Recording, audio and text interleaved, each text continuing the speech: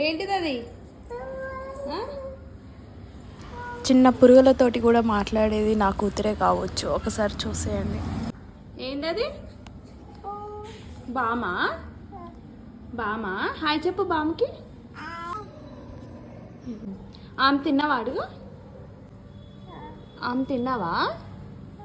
ఆమె తిన్నావా? ఏకిపోతున్నావు? ఫ్లైంగ్. అమ్మా ఏమంటుంది అది? హాయ్ చెప్పిందా నీకు?